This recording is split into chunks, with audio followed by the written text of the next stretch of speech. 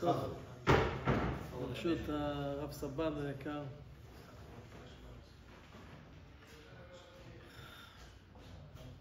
אני אגיד קצת ככה, איזה כמה מילים כרב המקדים. תורה שהגיעה מארץ ישראל בעניינה דיומא, מה שהתחדש לנו שם השנה בסייעתא דשמיא. פרשת החרמות עוסקת באהרון הכהן. למוריי ורבותיי, שרואים מה עובר על אהרון הכהן ביום הכיפורים, זה לא ניתן להאמן שאדם יכול לעשות דבר כזה. תראו את הפסוקים, תראו את הרש"י, המשניות, הגמרות שם, הגודל האחריות הרובצת על כתפו. ומעניינה דיומא, במדרש בקהלת רבה, פרשה י"א, שם כתוב על תלמידי רבי עקיבא, ושם רבי עקיבא מדבר בעצמו. רבי עקיבא אומר, 12,000 תלמידים היו לי, בגמרא כתוב 12 זוגות תלמידים. נראה שזה היינו הך. וכולם מתו בחיי. איך זה היינו הך? אם כתוב זוגות או כתוב רק 12,000? איך אני הבנתי את זה? אני אומר, לא לעשות סתירה בין דברי הגמרא לבין דברי המדרש. איך? אבל זה אומר 12,000? צריך ליישב. בכל אופן אומר רבי עקיבא, וכולם מתו בחיי בין פסח לעצרת. רבי עקיבא מדבר על עצמו. ובסוף העמידו לי 7. במדרש כתוב 7, בגמרא כתוב 5, ואלו הם רבי יהודה בר אילאי, רבי מאיר, מה שאנחנו יודעים רבי מאיר בעל הנס, רבי יוסי, אני חושב רבי יוסי הגלילי, אם אני לא טועה, רבי שמעון בר יוחאי, וכאן הוא מונה רבי נחמיה, במקום מה שאנחנו בגמרא אצלנו מופיע שרבי אלעזר בן שמוע. אמר להם, הראשונים לא מתו לפני שהייתה עיניהם צרה בתורה זה לזה, אתם אל תהיו כן. מיד עמדו ומילאו כל ארץ ישראל תורה. אני שראיתי את המדרש הזה השנה, התפלאתי מאוד. בכל מקום, זה הדרך, בין ברוחניות, בין בכל מקום, קורה חס ושלום איזה אסון. אתה רואה מישהו נמעד בבריכה, מקימים ועדת חקירה, ויש כללים חדשים, וככל שהאסון הרבה יותר גדול, כך הכללים הבאים והמסקנות המתבקשות, הם הרבה יותר חזקים והרבה יותר חמורים. מה שקרה בתקופת רבי עקיבא, אני לא חושב שהיה בהיסטוריה של עם ישראל כדבר הזה. 24,000 תלמידי חכמים נפטרים בפרק כל כך קצר, עד שהעולם היה שמם. רבי עקיבא היה צריך לבוא לתלמידים שלו, לתת להם הנחיות, לתת להם כללים, לתת להם דברים. לא, מה אומר להם? 3-4 מילים. אתם אל תהיו כאלו. כך לשון המדרש. אתם אל תהיו כן. איפה כל מה שצריך לתת? מוריי ורבותיי, יש פה יסוד גדול ועצום, שזה יכול לשנות לנו את כל התפיסה שלנו לחיים בהרבה מובנים. והוא, אני רוצה לפני שאני אומר את היסוד הזה, אני רוצה לספר מה ששמעתי בשם המרן המשגיח, הרב יחזקאל לוינשטיין, שהוא סיפר שבתקופה השואה האיומה, ידוע שישיבת מיר גלתה לסין, מה שהייתה שם בשנגחאי, 316. ושם מסופר, ואני שמעתי באוזניי, יש לנו אחד הרב פרנקל בארץ בכולל, הסבא שלו היה מהאנשים שהיו שם בשנגחאי, והם מספרים שההתמדה שלהם והשקיעות שלהם בלימוד התורה ובדבקות בקדוש ברוך הוא לא הייתה כדוגמתה. בכל שנות השלווה שהיה להם קודם ובכל השנים שהיה אחר כך, אינו דומה למה שהיה שם. היה פגזים מגיעים, פצצות, היו בורחים ומדברים בלימוד תוך כדי. נגמר בהפגזות, מיד חוזרים לאותו מקום של לומדה. מספר הסבא שלו, ועוד הרבה סיפורים יש, רק זה שמעתי מכלי ראשון. היה גבאי דופק. מנחה, בשביל... לא שומעים אותו. היו... אז שאלו את הרב יחזקאל, מה קרה שדווקא אז כל כך, התורה הייתה כל כך בהדרתה? הוא אמר להם, שאלה שלמדו שם בשנחאי, הם ידעו מה קורה. איזה שואה איומה ונוראה קורית לעם ישראל. היה להם תחושה של אחריות. הם הרגישו שהם כמעט היחידים שעכשיו הם אחראים על התורה, על מסורת התורה. שבן אדם מרגיש תחושה של אחריות ולומד מתוך אחריות, יוצאים לו כוחות אדירים מן הכוח אל הפועל הטמונים בו, ואפילו הוא לא מודע לזה. לפעמים זה בתת מודע שלו, אבל עצם זה שיש לו אחריות על הדבר, הכוחות יוצאים לו מן הכוח לפועל בצורה לא רגילה, ולכן אמר רב יחזקאל לוינשטיין, שמה, בתקופה של אז, היה להם את התחושה של האחריות, לכן התורה הייתה בהדרתה. כיוצא בזה, מספרים על הרב מפונוביץ', שהגיע אחרי החורבן של אירופה לעשות את הישיבה, אז בדיוק הוא דיבר על פרשת השבוע שקראנו, הוא מדבר משה לאהרון ולעזר ולתמר, בניו הנותרים. אז הוא אמר, אני אגיד לכם, הנותרים זה לשון של מחויבות, זה משהו שזה לשון של מעלה. ומה מעלתם? שיש להם עכשיו תחושה של אחריות. עד עכשיו היה עוד, לא, עכשיו נשארתם רק אתם. שנשארתם רק אתם, יש לכם אחריות. ואז צעק הרב מפונוביץ', אנחנו נשארנו שרידי דור דעה. ואני אומר, זה גם נכון לזמננו אנו. נכון שיש ריבוי כבוד התורה בעם ישראל, שלא היה כדוגמתו. יצא לי שבוע שעבר להיות באזור של תחילת הזמן של הזמן בהיכלי התורה, הייתי שם בישיבת מיר. נחלים, זה מרנין את הלב, אוטובוסים אחרי אוטובוסים, ויורדים לך אלפים של לומדי תורה.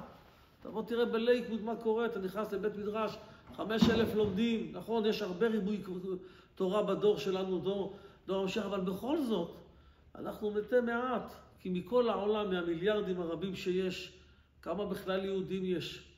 אנחנו 0.002 על המפה. ומתוך היהודים האלו, כמה יהודים שומרי תורה ומצוות יש? ומתוך היהודים שומרי תורה ומצוות, כמה שקובעים איתים לתורה? ומתוך האלה שקובעים איתים לתורה, כמה יש כאלה שממיתים עצמם באוהלה של תורה? מעטים. והדור שלנו זה דור שיש בו בלבולים, כי הנה החושך יכסה ארץ, וערפל לאומים. יש בלבולים, יש ערפל, יש חושך, יש אי בהירות. אבל אדם שלומד תורה מתוך תחושה של אחריות, התורה שלו היא אחרת. התורה שלו היא שונה. ואנחנו רואים את העובדה הזאת של האחריות בכל דבר ודבר בחיים. אנחנו רואים את זה כהורים הרבה פעמים. שיש לנו אחריות על הילדים, אז ממילא הגידול שלנו של הילדים זה בצורה אחרת. רואים אמהות שמסרו נפש בצורה עילאית שלא היו מסוגלים ככה לעשות. אבל בגלל שהילד הוא תלותי בו, אז יש לו תחושה של אחריות, ואז הכוחות האדירים בוקעים ויוצאים. אומר רבי עקיבא, לפי זה ביארנו בסייעתא דשמיא, אני לא צריך להגיד ל5 תלמידים שום דבר. עצם זה שנשארו 5 תלמידים, ומבינים את המצב שקורה בעם ישראל, שכ"ד,000 מחבריהם מתו בתקופה הזאת. אז יש להם תחושה עצומה של אחריות. מה אתה צריך להגיד להם? כלום. מתוך התחושה של האחריות הזאת, אם הם הרביצו תורה, הם יגיעו לדרגה לא פחותה מה-כ"ד,000 תלמידים האלו. כי כשאדם עושה דבר מתוך אחריות, זה שונה לגמרי. זה אפילו לא כמרחק שמיים וארץ. יכולים 2 אנשים לעשות אותו דבר. אחד עושה את הדבר סתם, ואחד עושה את הדבר מתוך תחושת אחריות ושייכות. זה שעושה מתוך אחריות, זה שמיים וארץ לאותו אחד. זה מהלך שונה. וגם רבותיי, אני רוצה לחדש לכם, שגם הוא זוכה לסייעתא דשמיא גדולה, הרבה יותר גדולה. איפה ראינו את זה? אומר רב חיים שמואלביץ, המשגיח של מיר, זכר צדיק קדוש לברכה. חז"ל הקדושים אומרים, לעולם יאכל אדם וישתה פחות ממה שיש לו. אל תאכל ותשתה לפי הממון, תאכל פחות קצת. ילבש ויתכסה במה שיש לו. ברור העולם נתן לך, תלבש ותתכסה לפי מה שיש לך. ויכבד את אשתו ובניו יותר ממה שיש לו, שהם תלויים בו, והוא תלוי במי שאמר והיה העולם. לכאורה זה תמוה מאוד, המפרשים שואלים, מה שייך שאדם יכבד וייתן לאישה שלו ולבנים שלו יותר ממה שיש לו? אין לו, זה מה שיש לו. ואדם צריך לקרוא לפי תקציב, בסוף הוא יגרע. אם תיתן יותר ממה שיש לך, מה יקרה? תיכנס לחובות, תיכנס אחר כך חס ושלום לשוקת שבורה. אומר מרן, הרב חיים שמואלביץ, כאן רואים בחז"ל, כשאדם נושא באחריות, מן השמיים נותנים לו סייעתא דשמיא לעמוד בכל כובד הנטל שהוא צריך, ואף יותר מזה. לכן, הוא אומר, אדם שיש לו ילד, הוא נושא באחריות, יש לו אישה, הוא נושא באחריות, יש לו רגש כלפיה. אז ממילא הוא זוכה לסייעתא דשמיא עילאית וגדולה, שכך עולה הזוכה. נמצא אם כן נורא ורבותיי, שהנקודה של האחריות, יש לנו שתי דברים. קודם כל, שאתה אחראי על משהו, אתה מוציא מהכוחות שלך כוחות כבירים שאתה לא יודע שיש בתוכה. דבר שני, חוץ ממה שיוצא לך מהכוחות, אתה זוכה לסייעתא דשמיא יותר, כי יש לך אחריות על הדבר. ואז המלאכה שלך נעשה, מה שאתה עושה אחד מתוך אחריות, זה שווה 1,000 אנשים שעושים דבר לא מתוך אחריות. לא קרב זה אל זה כל הלילה. יש אנשים שאכפת להם, מרגישים אחראים, מרגישים שעכשיו יש לו את הדבר הזה, אז הקדוש ברוך הוא נותן את הסייעתא דשמיא. אומר רבי עקיבא, כלום אני לא צריך להגיד להם. לא כללים ולא מסקנות, עצם זה שיש להם את התחושה של האחריות. אני רוצה להביא לכם, חביב בעיניי מאוד מאוד מאוד מאוד, עד מאוד דברי המאירי, שזה כל מי שלומד תורה, זה נר לרגליו דברי המאירי האלה. המאירי נמצא בהקדמה לבית הבחירה. יש אין סוף הנושא של האחריות, אבל בחרתי שתי דברים קצרים, שבזה אנחנו נראה איך זה מגיע לכל תחומי החיים. אומר המאירי, אני קורא לכם את לשונו הזהב, בהקדמה לבית הבחירה. וכלל אומר לך ומחסדך אל תבוז אליו. אומר המאירי, אני רוצה להעמיד לך את כל הדברי תורה על כלל אחד, ואני מבקש ממך, אל תבוז לכלל הזה. והוא, שכל מי שלא יחוש לידיעת פסק העניין, לא יעלה בידו בהרבה מקומות אמיתת הפירוש, וגם הוא לא יתעמל בזה. אדם לומד, אבל אין לו אחריות. עכשיו לדעת מה בסוף יוצא פה, מה המסקנה המתבקשת. הוא לא לומד, זה חשוב לפלפל, זה חשוב ללמוד, זה עיקר התורה, אבל בסופו של דבר אין לו את האחריות. הוא עכשיו דוגמה לומד מקוואות. הוא יכול להגיד סברות, יש שם הרבה דברים מעניינים שם. אבל יש בן אדם, עכשיו יש לו אחריות, מחר ישאלו אותו, מה הדין של המקווה הזה? שופר, יש פה שופרת הנוד, והיה שם קצת, מה קורה? הוא לומד מתוך תחושה של אחריות, הוא לומד חושן משפט, הוא יודע, מחר מגיעים אליו שתי שכנים, הוא צריך לפסוק להם. כשאתה לומד מתוך תחושה של אחריות, אומר המאירי, מי שלא יחוש ידיעת פסק העניין, לא יעלה בידו הרבה מקומות אמיתת הפירוש. הוא לא יכוון לאמיתת הפירוש, וגם הוא לא יתעמל בזה. הוא רוצה לעמול, הוא לא יצליח. וחי השם. לשון שבועה. הרבה פעמים קרה על סוגיית הלכה, והייתי חושב שכיוונתי בה לביור האמיתי. וכשהייתי מחפש ידיעת הפסק, הייתי מרגיש בעצמי שלא היה ביור הסוגיה לבדיקה. מאירי מן הראשונים, למדתי בעיון, חשבתי שכיוונתי לאמיתה של תורה, אבל שעכשיו הגיע לי חיוב, לעסוק השמטת לי בדרך, מישהו הגיע לשאול שאלה, יש לי מחייב, פתאום ראיתי שהביור הוא שונה מהקצה לקצה. כשאתה לומד מתוך תחושה של אחריות, הלימוד שלך הוא שונה לגמרי מן הקצה לקצה. אני רוצה לתת עוד דוגמה נוספת. אחד, מיני אלפים של דוגמאות, על אדוננו דוד המלך, דוד מלכה משיחה. אומר דוד המלך בתהילים, פרק קל"ב, שיר המעלות. זכור אדוני לדוד את כל עונתו. מה נזכור לדוד? אשר נשבע לאדוני נדר לאביר יעקב. דוד המלך נשבע להשם, גם לשון שבועה, גם לשון נדר. מה הוא נשבע? אם אבוא באוהל ביתי, אם אעלה על ערש יצועי. אני לא אבוא לחדר שלי, לא אפאר את החדר שלי. אני לא אעלה על מיטתי. ולא רק זה, אם אתן שנת לעיניי, לעפעפי תנומה. ברור עולם, אני יותר לא יושן. עד מה? עד אמצא מקום להשם, משכנות לאביר יעקב. דוד המלך כל ימי חייו לא ישן. ישן פחות משנת הסוס, לא טעם מיטה. למה? אכפת לו ששכינתה בגלותה. כולנו אכפת לנו. עובדה שאנחנו מתפללים 3 תפילות ביום, תשכון בתוך ירושלים, את צמח דוד עבדך. יש כאלה אומרים גם תיקון חצות, אבל דוד המלך יש לו אחריות. שבן אדם יש לו אחריות, הוא אומר, איך אני יכול לעלות על המיטה שלי? איך אני יכול לישון? זה מהלך שונה לגמרי.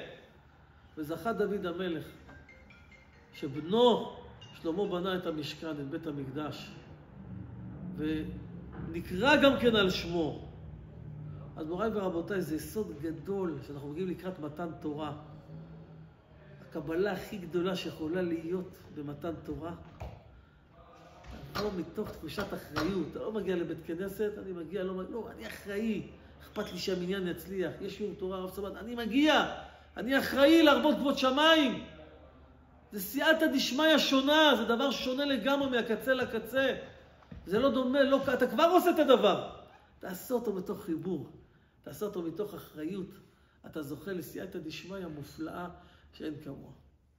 רק מה, אני רוצה לסיים בזה, בשתי דקות.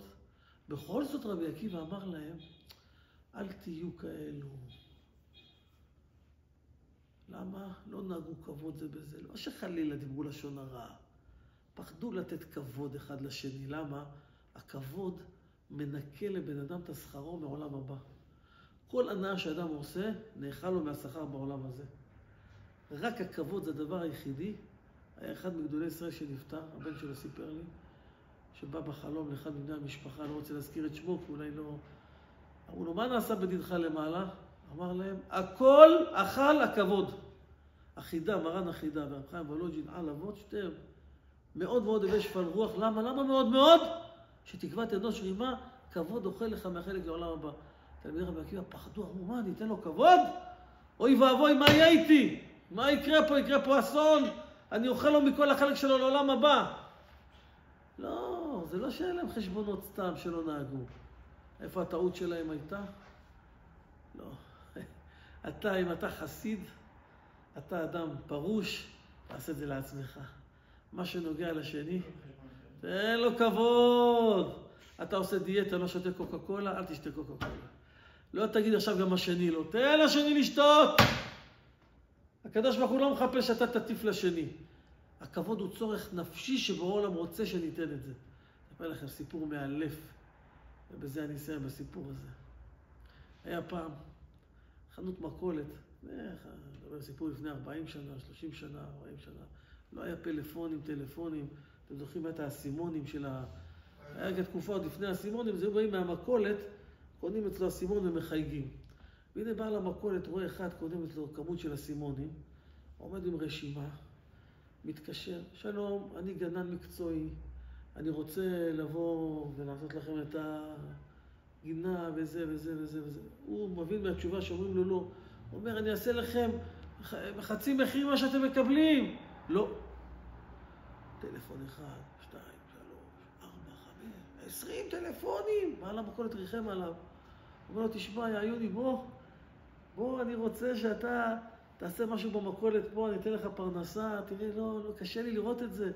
לא, תודה רבה, אני גנן, אני אוהב גננות. אתה יודע מה, תבוא אליי. הוא אומר לו, אין לי זמן דקה אחת אפילו לבוא אליך. עכשיו התקשרת ל-20 אנשים, הוא אומר, אני אגיד לך את האמת. האנשים האלה זה כל האנשים שאני עושה להם את הגננות. רק הם לא רואים אותי, הם משלמים לי פעם זה, ולא נותנים לי מילה טובה. ואני פעם בתקופה, אני צריך הערכה. אז אני מתקשר, ואני מספר להם שאני כאילו מישהו אחר, והם לא מוכנים להחליף אותי. אומרים לי, יש לנו גנן שאנחנו לא מחליפים אותו. זה ממלא אותי ונותן לי כוחות. אדם זקוק להערכה. ומאיפה לקחנו את זה, שבזה היה כביכול השגיאה של תלמידי רבי עקיבא? אבל סבן, תגיד לי אם אתה הכרת את זה, אני לא יודע. הזוהר הקדוש. הפרשה שקראנו, כתוב שלטהרת המצורע לוקחים 2 ציפורים. ציפור אחד, למה? פטפוט לשון הרע. מה זה? למה ציפור שנייה?